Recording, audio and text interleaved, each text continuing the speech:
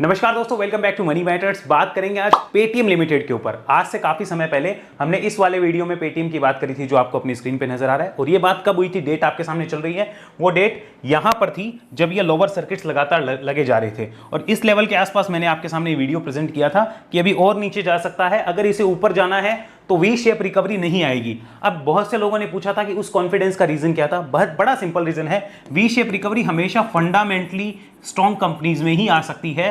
कभी भी week companies में वी शेप रिकवरी नहीं आती, 90% केस में। तो 10% का पता नहीं।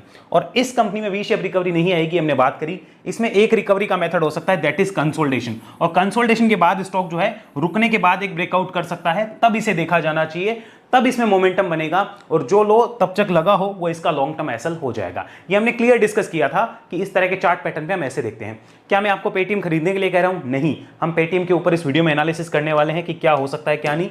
कोई भी बाय सेल का अगर आप डिसीजन ले तो अपने एडवाइस से पूछ के ही ले। और आपको अगला वीडियो किस टॉपिक पे चाहिए, किस कंपनी पे चाहिए, उसका नाम आप कमेंट बॉक्स में मुझे बता सकते हैं। अगला वीडियो आपको उसमें मिलने की कोशिश मैं जल्दी से जल्दी करूंगा। फिलहाल बात करते हैं पेटीएम पे। एक इंटरेस्टिंग चीज है, पहले उस पर डिस्कस करते हैं। पेटीएम के अंदर यहाँ पे एक बड़े इन्वेस्टर है जिनका नाम है आकाश भंसाली। ये देखिए, मैंने आपकी स्क्रीन पे चला भी दिया है। ये है मिस्टर आकाश भंसाली साहब, और इन्होंने जो है पेटीएम में स्टेक बाय किया है। अब जून के जो शेयर होल्डिंग पैटर्न आए हैं जून के अंदर, उसमें इन्होंने स्टेक को बाय किया है। ये बहुत बड़े इन्वेस्टर है, इनकी बहुत अच्छी वेल्थ है। इन्होंने काफ़ी अच्छे मल्टीबैगर जो है वो स्टॉक पिक किए हैं। ये मल्टीबैगर स्टॉक्स को पिक करना जानते हैं। तो क्या पेटीएम मल्टीबैगर बन सकता है, ये डाउट सबके मन में आता है। मेरे पास क्वेश्चन इसी वजह से आया था कि आकाश भंसाली साहब ने भी इसको बाय किया है, क्या किया जा सकता है। तो देखिए, मैं इतना जानता हूं, आकाश भंसाली साहब ने शायद अपनी कुछ स्टडी के बेसिस पे किया होगा, बट हमारे लिए जो चार्ट पैटर्न्स थे वो इन लेवल्स के ऊपर थोड़े बहुत बुलिश हो चुके हैं, क्योंकि कंसोलिडेशन के बाद एक ब्रेकआउट हुआ है। अगर किसी ने यहाँ पैसा लगाया होता फरवरी के अंदर तो अभी तक 6-7 महीने बाद बैठा होता, 0/2 रिटर्न होता। अगर उस और डर लगता है वो और कि यार हम नीचे और ना चला जाए, जबकि जो ब्रेकआउट पॉइंट पे ले रहा है नीचे का लो एसल करके, उसे एक अच्छा रिटर्न मिलने की संभावना होती है। क्या अभी पेटीएम अच्छा है, वो देखना इंपॉर्टेंट है। तो ये तो आपको क्लियर हुआ कि आकाश भंसाली साहब पैसे लगा रहे हैं, हमें पता चला। आइए, इंटरेस्टिंग चीज थी जो हमें पता चल गई। वीकली कन्वर्ट करते हैं और यहाँ पे कुछ इंपॉर्टेंट डाटा देखते हैं। वीकली चार्ट कन्वर्ट करने के साथ ही एक चीज पता चली, स्टॉक ने अपने हाई से जो करेक्शन दिखा दिए वो 84-85% के दिखा दिए। 85% लगभग जो है वो स्टॉक टूट गया। हम एक चीज़ आपने बहुत सुनी होगी, कई बार लोग कहते हैं कि जिस चीज़ को आप यूज़ करते हो उसमें पैसे लगा दो। ऐसा नहीं होता है, कंपनी के फंडामेंटल्स भी देखने पड़ते हैं, कंपनी का ग्रोथ पोटेंशियल भी देखना पड़ता है, तब पैसा लगता है। अगर सोचिए किसी ने पैसे लगा दिए थे पेटीएम में, जिस चीज़ को यूज़ करते हैं वो सोच के, 85% उसका वेल्थ जो है वो चला गया। ध्यान से सुनिए, कई लोग कहेंगे कि नहीं नहीं, कंपनी के बुरे टाइम में पैसा लगाइए, लेकिन वो कंपनी भी तो अच्छी होनी चाहिए बुरे टाइम में पैसा लगाने के लिए। भले ही आप उसको यूज़ कर रहे हो, तो यहाँ पर बुरा टाइम कहोगे, यहाँ कहोगे, यहाँ कहोगे, यहाँ कहोगे, तो बुरे टाइम का भी कोई लॉजिक नहीं है जब तक कंपनी खुद अच्छी ना हो। तो ध्यान रखिए, अच्छी कंपनी होती है, अगर उसका बुरा समय होता तो हम पैसे लगा सकते थे, लेकिन फिलहाल जब तक कोई इंडिकेशन नहीं आते हमें काम नहीं करना था। अब हमें यह आइडिया लगा कि स्टॉक ने एक करेक्शन दिखाया है जो कि 85% तक स्टॉक अपने हाई से टूटा है। राइट नाउ अगर आप ध्यान से देखें, this is the weekly chart. अब इसकी गिरावट देखिए, इस वेव से शुरू हुई थी, समझ में आ रही है? यानी सेलर एक्टिवेट हुए थे यहां से, पहले सेलर यहां थे और कुछ सेलर यहां भी थे। क्यों थे? क्योंकि ये सपोर्ट को तोड़ा था तो कुछ सेलर यहां थे। अब समझिए, बीच में सप्लायर यहां पे एक्टिवेट हुए, उन सप्लायर का तो काम खत्म हो गया, वो तो एक डिमांड जोन बन के ऐसे ऊपर आ गया। अब जो है ये एक इंपॉर्टेंट रेजिस्टेंस और तोड़ने आ रहा है, अगर आप डेली चार्ट पे देखें, और ये बिल्कुल तैयारी कर रहा है कि उसको तोड़ सकता है। तो अभी की डेट में हम ये कह सकते हैं कि वीकली चार्ट जो है वो एक बार बुलिश होने जा रहा है। यस, कह सकते हैं वीकली ट्रेंड जो है वो बुलिश होने की कोशिश कर रहा है। अब इस बुलिश में इंपॉर्टेंट लेवल कौन सा रहेगा? 436 रहेगा। अब ये 435-36 का लेवल मैंने कहां से लिया, आओ उसको सीखते हैं। तो उसको सीखने के लिए एक बार वापस डेली कन्वर्ट करते हैं। ध्यान से समझिए, ये 435, 436 के लेवल को देखिए, यहां प्राइस एक्शन कितना है। प्लस अगर हम पीछे जाएं, यहां पर पेटीएम का इससे पीछे का लो देखें तो दिस वाज द लो जो पेटीएम ने यहां पे फॉर्म किया था, और इसी को देखें यहां पे रेजिस्टेंस बना के खड़ा था, इसी को अब सपोर्ट बना के यहां से वापस एक बाउंस लिया है।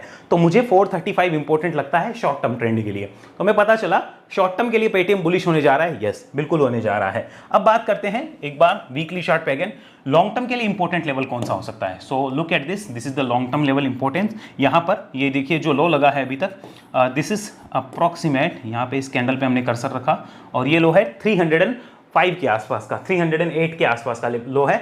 हम राउंड ऑफ करके मोटा मोटी 300 पकड़ेंगे, ये लॉन्ग टर्म लेवल है। हालांकि मेरा ऐसा मानना है कि पेटीएम जैसी कंपनीज में अगर कोई भी स्मॉल इन्वेस्टर या स्मॉल प्लेयर अगर पैसे लगाता है, स्ट्रिक्ट स्टॉप लॉस के साथ ही लगाए, वरना ना लगाए तो बेटर है।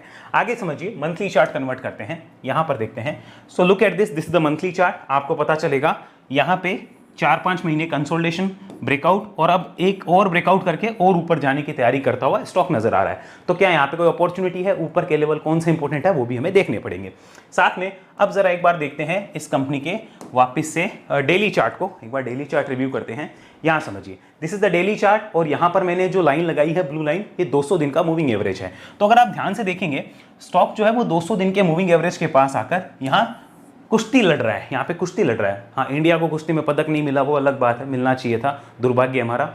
लेकिन हाँ, यहाँ पे कुश्ती लड़ रहा है और यहाँ पे कुश्ती लड़ी जा रही है जबरदस्त। इस कुश्ती में शायद लगता है कि इसका जीत हो सकता है, और अगर होता है तो एक ट्रेंड बनेगा, स्विंग बनेगा, वहाँ पे मोमेंटम बन सकता है। तो इस मोमेंटम को कैसे देखा जाए, आइए उसको समझते हैं। वापिस कन्वर्ट करेंगे एक बार वीकली चार्ट, हम चलते हैं इधर वीकली चार्ट पे। So look at this is the weekly chart. अब ध्यान से समझिए यहाँ पर क्या हो सकता है। अब सबसे पहले ये समझिए, अब आकाश बंसाली साहब ने पैसा लगाए हैं तो कई लोग और भी आएंगे, जो बुल्स है कई और भी आएंगे। हम बात करते हैं जो ऑलरेडी इन्वेस्टेड है। ऑलरेडी इन्वेस्टेड कहाँ से? नीचे से भैया, यहाँ से। जो ऊपर से उनका तो कुछ होने वाला नहीं है, वो तो बैठे हैं, भाव का वेट कर रहे होंगे। जिन्होंने नीचे से पैसा लगाया है, क्या वो बेचेंगे? तो उनके लिए एक हो सकता है भाई शॉर्ट टर्म, अगर वो सपोर्ट फॉलो कर रहे हैं तो 435 के नीचे आने पर ही बेचेंगे, वरना नहीं बेचेंगे। दैट मीन्स यहाँ पे सेलिंग प्रेशर क्रिएट होने के चांस कम है। लॉन्ग टर्म के लिए जिन्होंने लगाया है वो तो 300 के साथ रख रहे होंगे, तो वो भी सेलिंग प्रेशर अभी क्रिएट नहीं हो सकता, बिकॉज उन्होंने रिस्क लिया है, तो वो नहीं करेंगे। बात करते हैं कि यहां पर कोई फ्रेश प्लेयर्स आ सकते हैं क्या? फ्रेश इन्वेस्ट वाले। तो देखिए, इन्वेस्ट वालों के लिए एक चीज ध्यान से रखिए, फंडामेंटल तो है जीरो बटे लुल, फंडामेंटली तो स्ट्रॉन्ग है नहीं, सिर्फ उम्मीद है कि फंडामेंटल सुधर जाएंगे इसलिए कुछ हो जाएगा।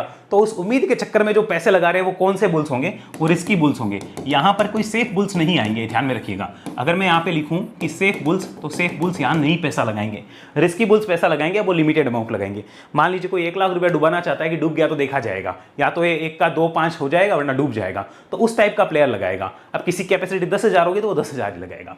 तो फ्रेश इन्वेस्ट करने वाले हैं, उनके लिए भी शॉर्ट टर्म और लॉन्ग टर्म ये लेवल इंपॉर्टेंट रहने वाले होंगे। अब बात करते हैं क्या यहाँ पे स्विंग प्लेयर्स आ सकते हैं, तो वो भी हमें समझना होगा। अगर हम बात करें उसके लिए हम एक बार डेली चार्ट कन्वर्ट करते हैं, आपको बेटर आइडिया मिलेगा। Have a look, this is the daily chart, हम देख पा रहे हैं। और अब इस रेजिस्टेंस का एक क्लियर कट ब्रेकआउट होता हुआ हमें नजर आ रहा है, जहां पर मेजर रिजेक्शन भी हमें देखने को मिला, उसके बाद ब्रेकआउट हो सकता है। राइट नाउ 530 के आसपास स्टॉक चल रहा है। हम बात करते हैं क्या न्यू बुल्स आ सकते हैं? So answer is yes, new bulls यहाँ पे आ रहे होंगे, लेकिन वो एक बार में पूरा नहीं आएंगे। पूछो क्यों? क्योंकि अभी मार्केट की जो सिचुएशन है उसमें हो सकता है कोई डिप मिल जाए, तो वो एक बार में पूरा नहीं आएंगे। हो सकता है वो अपनी कैपेसिटी का 70% यूटिलाइजेशन करें, या हो सकता है 60% ही करें, एक बार में वो नहीं आने वाले। अब बाकी बचेगा, उस पर डिप के देखेंगे वो किस सपोर्ट के साथ बैठेंगे। तो उनका सपोर्ट होगा यहाँ पर ₹436, ये इंपॉर्टेंट सपोर्ट उनका होने वाला है। वो इस सपोर्ट के साथ यहाँ पे बैठ रहे होंगे 436 के साथ। एक बार में यहाँ पे लेंगे नहीं, वो डिप का वेट करेंगे। हो सकता है 70% ले, 60% ले, 80% ले, as per there risk capacity. तो ये स्विंग वाले प्लेयर भी एक्टिवेट होंगे, यानी कि यहाँ पे सेलिंग प्रेशर क्रिएट होने के चांस कम है, एक बार तेजी आने के चांस ज्यादा लग रहे हैं। चांस है, गारंटी नहीं है, इस बात का विशेष ध्यान रखिएगा। तो ये चांस क्रिएट हो रहे हैं। यहाँ से 530 अभी CMP है, हम लिख लेते हैं CMP ₹530, ये हमने लिखा 530 CMP है। अब यहाँ से अपसाइड का पोटेंशियल कितना बचता है वो हमें देखना होगा। ध्यान से देखिए, यहाँ पर एक रेजिस्टेंस जरूर है बीच में 560 के आसपास में और 600 के आसपास में, लेकिन उनके लेवल को बीच में हमें और रेस्पेक्ट देनी पड़ेगी। कैसे, वो समझिए। ₹575 580 जो है वो एक अपर रेंज है रेजिस्टेंस की, तो हम 575 को हमारा फर्स्ट रेजिस्टेंस मानेंगे इस केस में। उसके बाद में ₹605 हमारा सेकंड रेजिस्टेंस हो सकता है इस केस में।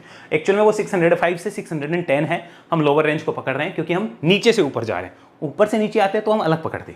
तो 605 को हमने हमारा सेकंड रेजिस्टेंस माना। जो स्विंग वाले प्लेयर्स है जो कर रहे होंगे, हम बात कर रहे हैं स्विंग वाले प्लेयर्स की, ये स्विंग वाले हैं।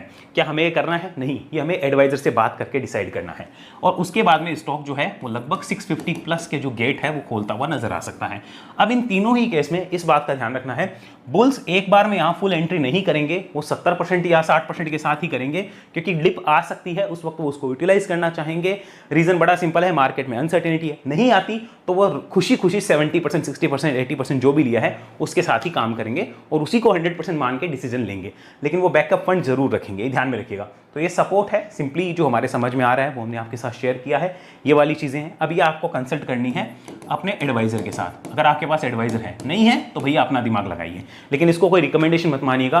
पेटीएम बहुत रिस्की है और ये स्विंग भी कौन कर सकते हैं, जो रिस्की प्लेयर है उन्हीं के काम का है, सेफ प्लेयर के काम का तो बिल्कुल नहीं है। ये हमें आइडिया लगा। अब हमने स्विंग के लेवल डिस्कस किए हैं, एक बार जरा लॉन्ग टर्म लेवल्स को भी देखा जाए, तो उसके लिए हम कन्वर्ट करेंगे पेटीएम का मंथली चार्ट। ध्यान से देखिए। सो अगर पेटीएम इन टेरिटरीज में वापस घुस जाता है, जो ये टेरिटरी है, देखो यहां से एक मेजर ब्रेकडाउन हुआ था, इसी मंथ के हाई और इसी मंथ के लो के, ऑलमोस्ट इसी मंथ के लो के अंदर जो है वो कैद है, यानी 610 610 ऑलमोस्ट ₹610 का लेवल है। इसके ऊपर अगर सस्टेन करता है मंथली चार्ट पे, तो फिर पेटीएम के लिए और ऊपर के गेट खुलने इजी हो जाएंगे, ये ध्यान में रखिएगा। फिर पेटीएम के लिए और ऊपर के गेट खुल सकते हैं, न्यूज़ शायद उस टाइम पॉजिटिव आनी शुरू हो जाए, कुछ होना शुरू हो जाए, ये सारी चीज़ होगी। अगर आप लोगों ने पिछला वीडियो नहीं देखा तो वो देखना, उसमें हमने बात करी थी कि कंसोलिडेशन होगा, वो हुआ है।